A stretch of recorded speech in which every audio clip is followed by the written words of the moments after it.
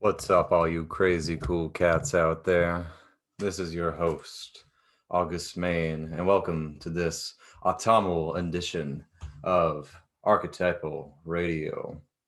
Tonight, we're going to be talking about letting go, letting things rot, letting things pass from life into death so that life can emerge from what is let go and what is decomposed. The autumn is definitely here. And if you're not feeling it in season, I know that you're feeling it in your hearts, y'all, because feels like everyone's going through something right now. Just about everyone I know is going through changes in their job, with school, with their relationships. If you're like me, you're going through it all. And man, what a wild journey it has been for yours truly. But we'll get to that in a second. Um, this is the season of autumn, and what that's meant for our ancestors has been that winter is coming, the beautiful, carefree season of the summer where we let everything grow, everything that was planted in spring comes up, and we just have to tend to it and let it grow. And now it's time to tend to the harvest, and now it's time to stock up our resources and really let go of everything that we don't need, because if we hold on to anything frivolous, or if we hold on to anything that for whatever reason, right, well, the winter is going to make us pay for whatever fat we don't trim. And we enjoy a lot of comforts in this day and age of being able to be in warm houses and coats and really never deal with the outside world until we venture out from box to box, right? We leave the warm box of our home to the warm box of our car to the warm box of our office, whatever it might be. And it's a luxury. We forget. That's how we get disconnected from nature a lot of times, but it's good to reconnect. And this time is indeed a time of death and rebirth. We're heading into the winter season when all will be cold, when we're furthest away from the sun, and it's the hardest time, but it's right before the spring renews itself again. And that's what the focus is going to be on tonight, is letting go of letting go. And by letting go, we allow things to rot in a way that is in keeping with nature. There's ways that things rot really well in nature. There's ways that things rot really poorly, and it's worth talking about those things that rot poorly. That's the necrosis, that's the black substance, that's the deliquescence, the nasty, grotesque liquid, like that scene in The Silence of the Lambs where Clarice goes into Buffalo Bill's house and there's a body in the bathtub that has just liquefied into putrid substance, and it's foul and it devours life and it's grotesque.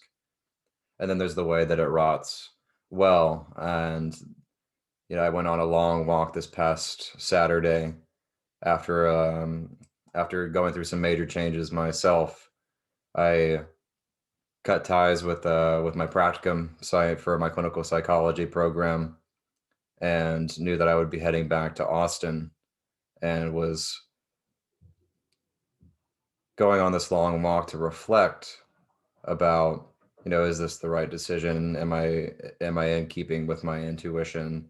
Am I not making some silly mistake and putrefying into a disgusting substance? Am I eroding myself in some way? And I passed by this deer carcass, and it was pretty near the beginning of my walk. And as I was approaching the hill, I heard a woman talking about it. She was saying, like, there's a deer carcass up there, and oh, it was so horrible. I couldn't bear to look at it, and now it's forever burned into my memory. And when I came upon the carcass myself, I started to climb down. It was in a ditch, and started to climb down towards it, and this other woman was walking behind me, and she was looking down into the ditch to see what I was doing, and she said, "Oh my God." So there's a way in which we're not really accustomed to looking at death, or the idea of looking at death really disquiets us in a way. And it's an interesting phenomenon. I understand that it's the great unknown. We don't know what happens to us after we die. And that's the, as Shakespeare puts it, the land that has borne back no traveler. And that is the condition. We don't know, but there's that essence of, how would we know that we were alive if we were never dead? Or if you want to be more materialist or reductionistic about it, how would we know we were alive if we didn't know that we were going to die? And there's this sense that the sense of self perpetuates, that we don't die in each moment to some extent, that we aren't a new being as each moment comes into existence, because that's what is continually happening, right? We are leaving behind the moment of the past and coming into the moment of the into the moment. We never leave it. And there's been quite a few changes of perspective that have occurred to me in the context of everything that I have quote unquote lost over the last several weeks. And one of those is the prospect of becoming a doctor. That's something that was always, that has been with me since I was very, very young, was the idea that, well, if academic achievement is the way by which I will get my worth and value, then I will strive for the highest degree that is available. Degree, both literally and figuratively, right? Little pun there. And so I was really dying to that element. And the thing that I've been a very strong advocate for, and that I have been living my life by over the last, I would say, 4 years, is the idea of inner guidance, otherwise referred to as intuition. I think that's a very broad topic, and it's something that we need to pay attention to, because this thing up here that we think with and that we are aware of and that we feel that is awareness is not the totality of us. It's just a little piece. And the light of consciousness by which we see, by its virtue, there is a darkness around it. That would be the unconscious that Jung talks about, or that Beyond talks about. And that unconscious is interconnected in ways that don't really make sense to our neurotic waking logistic minds, but it is connected nonetheless. And that's why tuning into intuition, or tuning into your inner guidance, is so important, because it is a wisdom that is beyond you, that is aware of much more than you could ever be aware of. Because to be aware in the way that we are is a blessed limitation, right? That, thank God we are not aware of all that goes on, because just within our own bodies, there's this intestinal horror show of grinding organs and pumps and breathing and contraction of muscle and release of ions within muscle and nerve that allow this whole thing to operate. And if we were aware of that in deep psychedelic states or in deep meditation states, when you become aware of that, it will overwhelm you. This is why the idea of surrender, or the intention of surrender, is so important in those experiences. Because if you attempt to hold on to whatever it is that the experience is unfolding, you will get lost, and you will try to be making meaning out of something that it cannot be made meaning out of, because it is all happening at once. And try to if you try to gain stability, or you try to gain control of the experience, you're just going to get trapped, and it's going to hit you like a million dump trucks.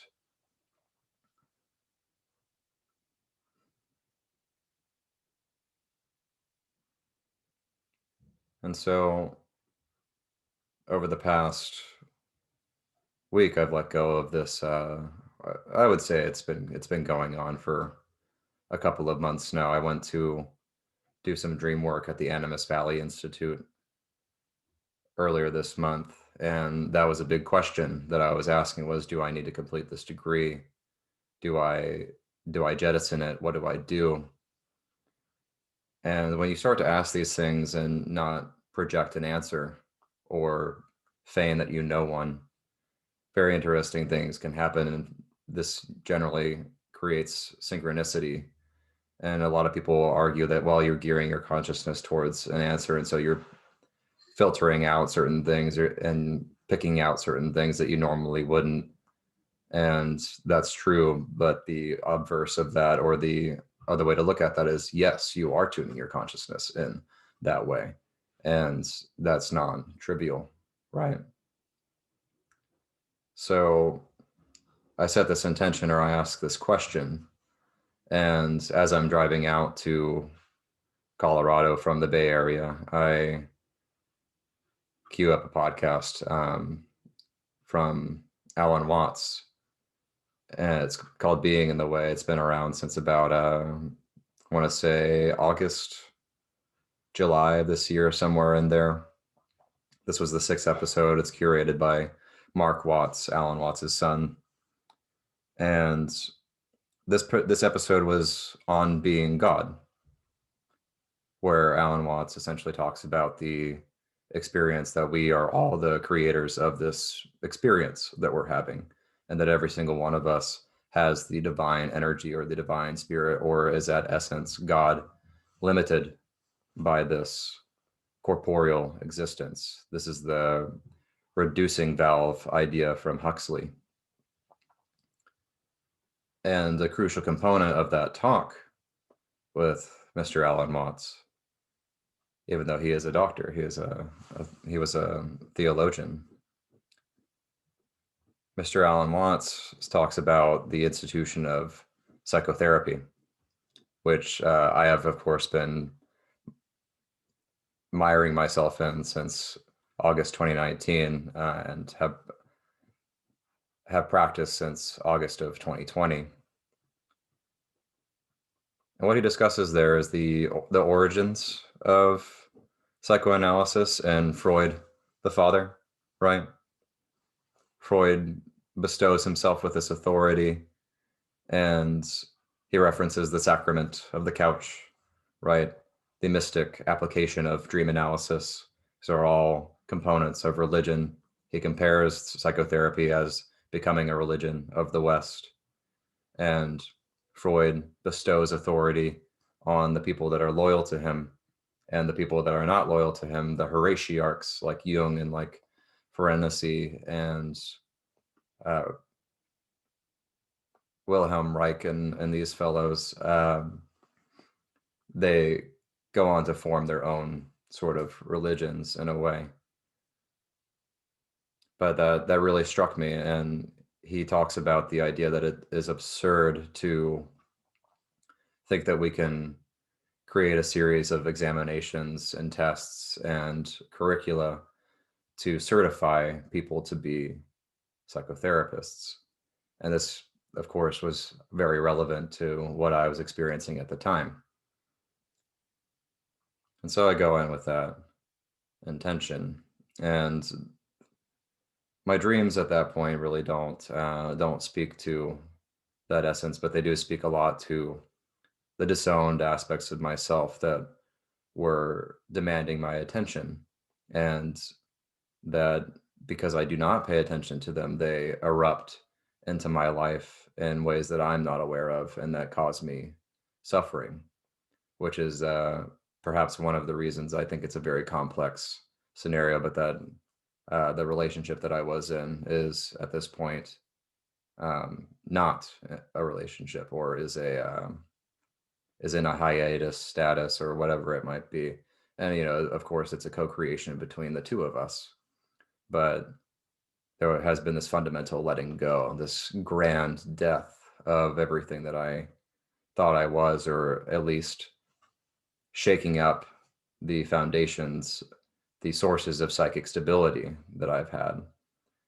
And it was really that last piece of severing this connection with my partner that allowed all of the pieces to fall, and continuing with the flow of events, it just became very clear that the site that I was working at was not the one that was going to support me in what I needed to do and the work that I feel called to do. And over the course of several days and much contemplation and one last meeting with a supervisor whom I've had a very shaky start with, and who I absolutely could have salvaged the relationship with. It just would have taken energy that I was not willing to expend. And everything has turned out far better than I could have ever anticipated. Making the decision to leave that practicum site and initiating this conversation with my professors, the faculty at CIIS, made it to where I realized that I'd already completed the coursework that I needed to complete to earn a master's degree in counseling psychology, or rather in clinical psychology. And this was huge news to me, because here I was thinking I had to make it to the end of this year to do that. And as a result of all of this, and this is all in the student handbook, this is all information that was available to me at any moment, but it came up into my awareness at this point. But it occurred to me, I have earned what I've come out to set. I have earned what I've set out to gain.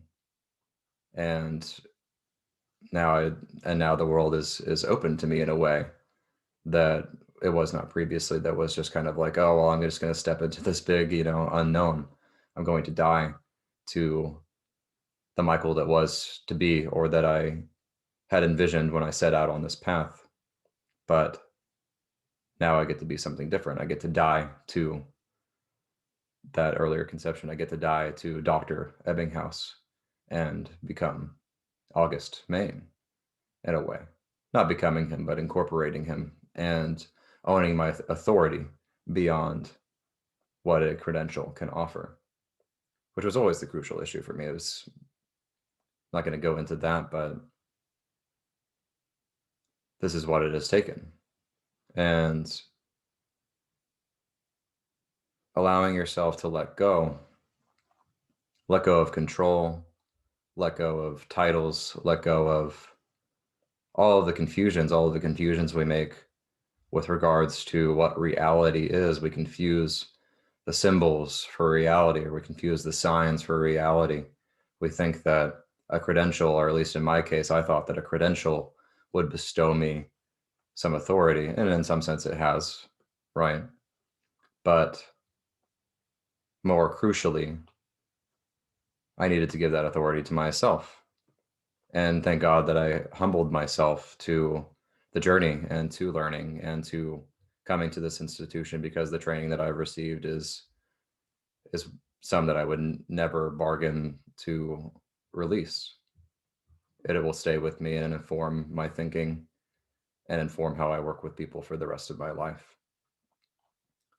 But I was having to make that distinction between the expertise and the credit, or the credential, just as we so often confuse money for wealth, when what more could we possibly ask for when we are here and healthy, or at least living, and recognizing the wealth that we have, and understanding that there is a way to look at money as part of God, and to use that as a continual flux of energy, and to let it go as easily as it comes, to develop oneself, to heed the call that is within. And this led me to, prior to this, because all of this, I came to this realization today about being able to obtain a master's degree Prior to all of this, I was able to distill it into two simple statements, which are that which I most fear to lose, I have already lost. What I most desperately want, I already have. And there's a great deal of wisdom to those words, and I can't take credit for them because I didn't think of them. They came to me. They flowed out of my voice on the hillside one night. And this is why I also believe that connection to nature is so important, because we are nature. These bodies are nature. Our thinking is nature. We are products of nature and spirit, just as all things are. And the wisdom in that is that whatever it is that you want, that you don't have right now, were you to obtain it, it will do nothing to change the condition, which is that you are in awareness within this body, connected through an unconscious with all of experience. And if you think that that thing is going to bring you a satisfaction that you don't currently have, then you're deluded.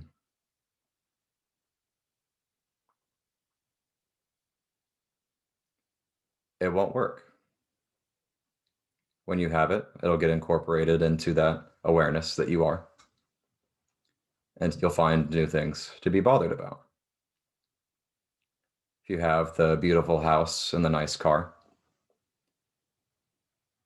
you'll say to yourself, God damn it, there's so many mosquitoes in this beautiful house out in the country. Or it's too hot. Or this nice car is always breaking down. And my God, it hasn't really brought me any happiness. And the other statement, that which I most fear to lose, I've already lost, kind of comes from that aspect of losing or perceiving that I've lost a partner.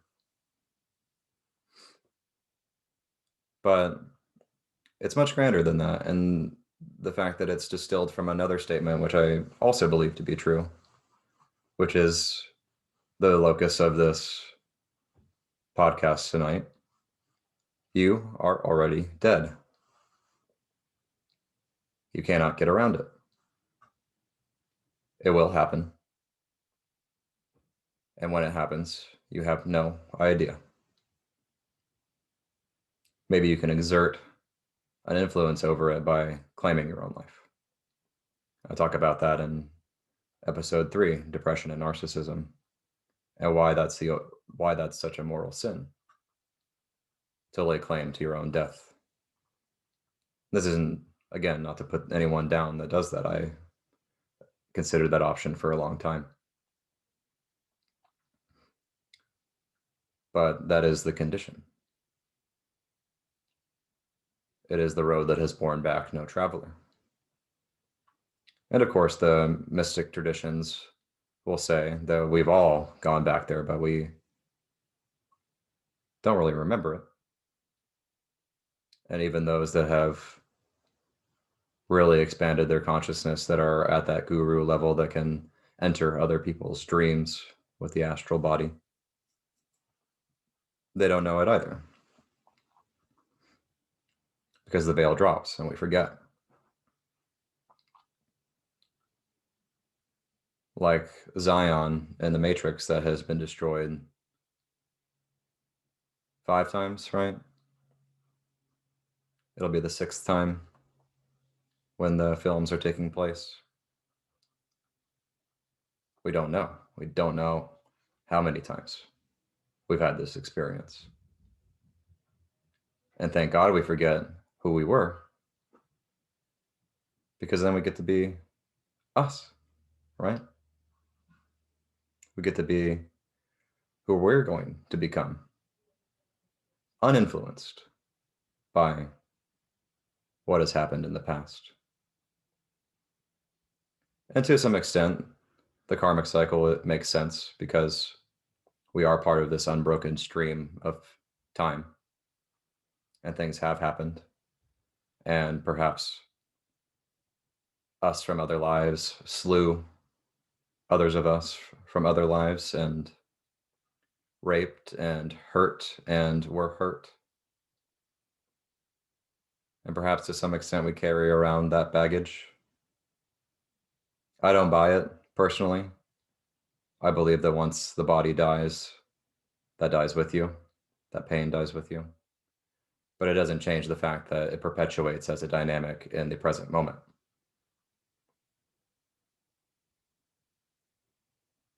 So if there's anything that I can offer that you can take away from this autumnal episode this evening, is that let yourself die in the ways that you need to die. Let go of what doesn't serve you. And that doesn't mean that you shirk your responsibilities. That doesn't mean you abandon the people that are in your life. But it also doesn't mean that you have to be a slave to them either.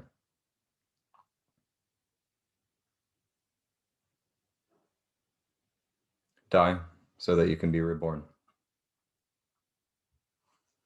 Good night, y'all.